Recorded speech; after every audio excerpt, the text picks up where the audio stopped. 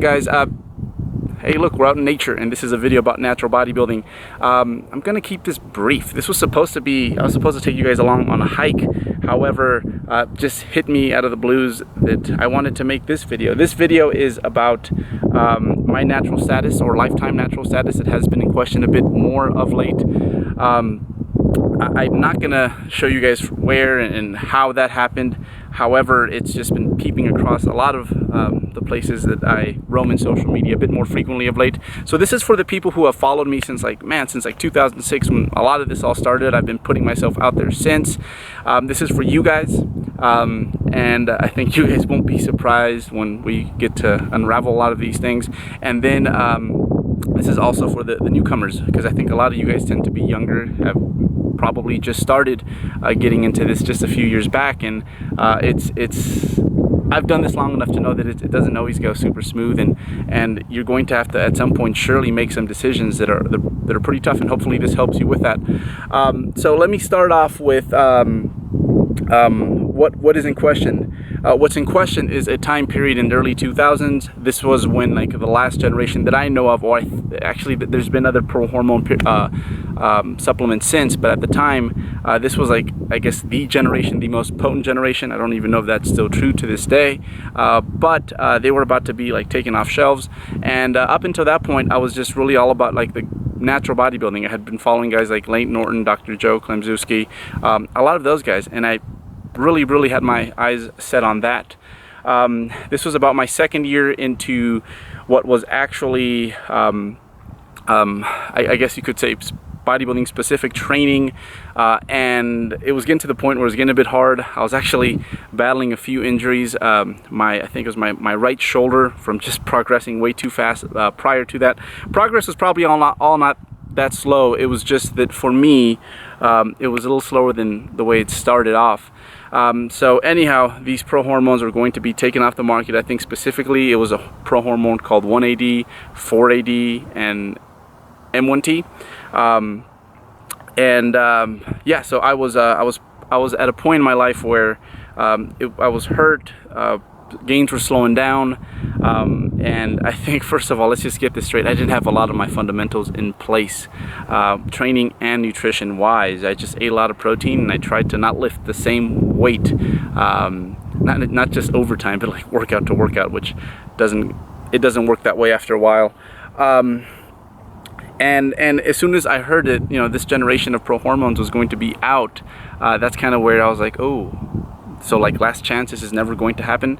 I was also probably, along with school, probably this was the most I had ever worked in my life. So I had a little extra cash, which I was probably spending on a lot of the wrong things at the time. Probably a few more supplements than I should have. I think I indulged on all sorts of like expensive multis and stuff of that nature prior to that, and then when I heard this was going to happen, I saved up some cash. And I made that purchase, and I'm pretty sure it was actually on like the last night that you can buy them over the internet. So I make the purchase. I get my, I'm waiting for them anxiously, and then it hits me like when my pro hormones get to me that shoot. And it's not that it hit me, it's just that as soon as I got them, like this light bulb went off, and I remember thinking about how much more committed I was going to be with my weight training. I remember thinking that from now on I'm actually going to count calories and things like that, have a more strict approach to both sides of things, and just overall be way more committed. And that's kind of where it hit me that, dude, you haven't even done a lot of the basics and you're looking to this. And yeah, it was my coming to Jesus moment, if you will. And I realized just how inconsistent I had been, and how unrealistic I was probably being with what I expected from myself in regards to progress. And that's when it just became a really easy decision to not use them. It was quite a bit of money. It was like $1,500 in pro hormones, and yeah, I recall kind of feeling like I got ripped off at that point. Like I kind of bought into the hype, but then at the same time, I remember vaguely kind of sort of looking at this as a life lesson, and kind of rechecking whether or not I'm putting my end of the bargain when it comes to a lot of this. Bodybuilding is definitely the sport that has tested my patience way more than any other sport by far. My resilience, my tenacity, the 3Ds, if you will.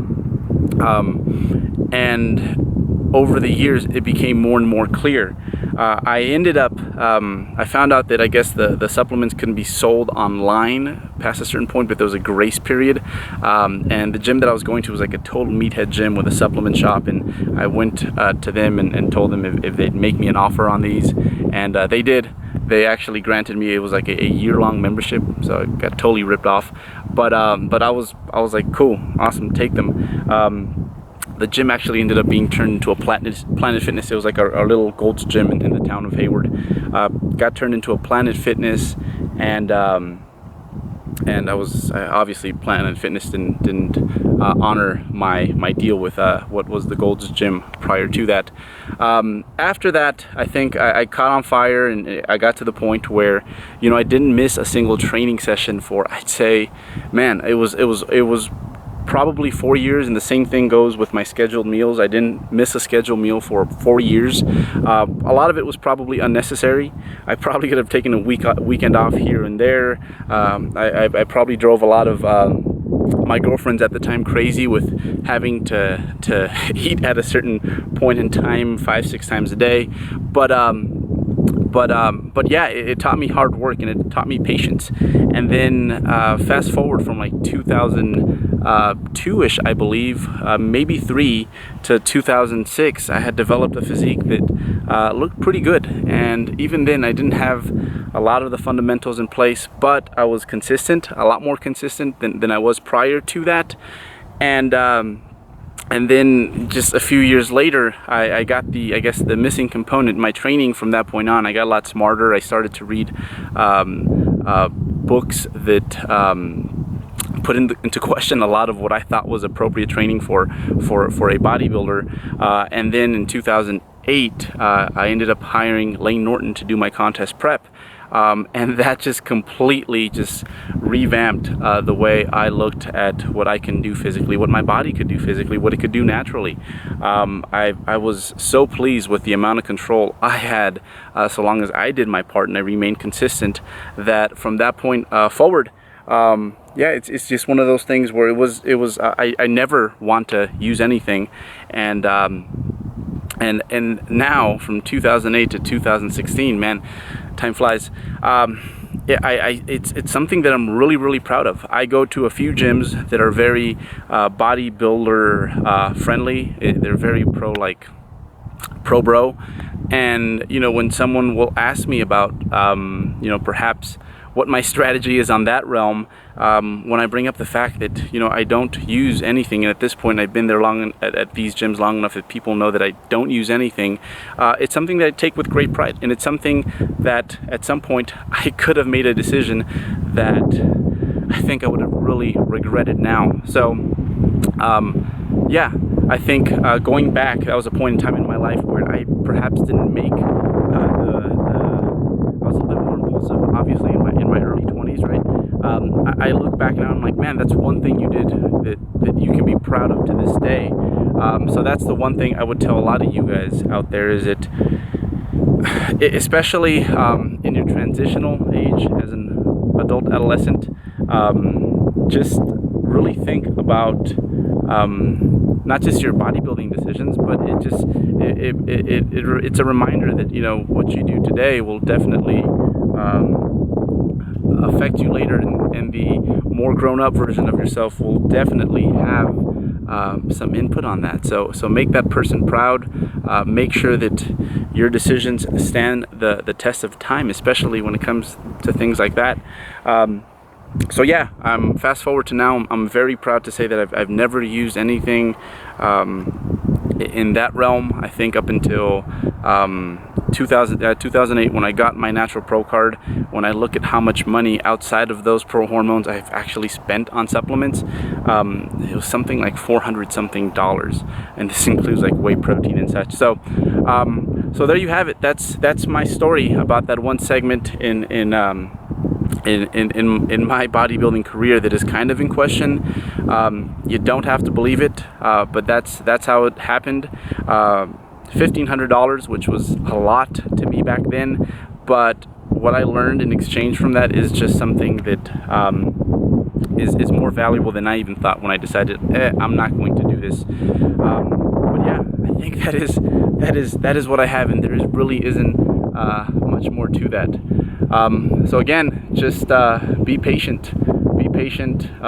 Question if you're doing your part, and again, it's a freaking cool sport. I am 33 now, and the cool part is that, I mean, 10 years from now, I'll perhaps start to reach my peak. That peak age keeps climbing, and so long as I stay healthy and I still love this, I don't see why I don't have another 20 or so years of progressive bodybuilding training. Yeah, so that is it. A little different from, I guess, our usual vlogs, but I definitely wanted to take the time to just like use my 3D Muscle Journey airtime to set a few things straight and perhaps help some people out there who at some point might come to that fork in the road. Leave it there, and thank you very much, guys, for your time, and thank you for all the support. Newcomers, people who know me from way back when in the Father Flex quality days on bodybuilding.com. Thank you, guys. Again, without you guys, I definitely feel that I wouldn't be where I am today.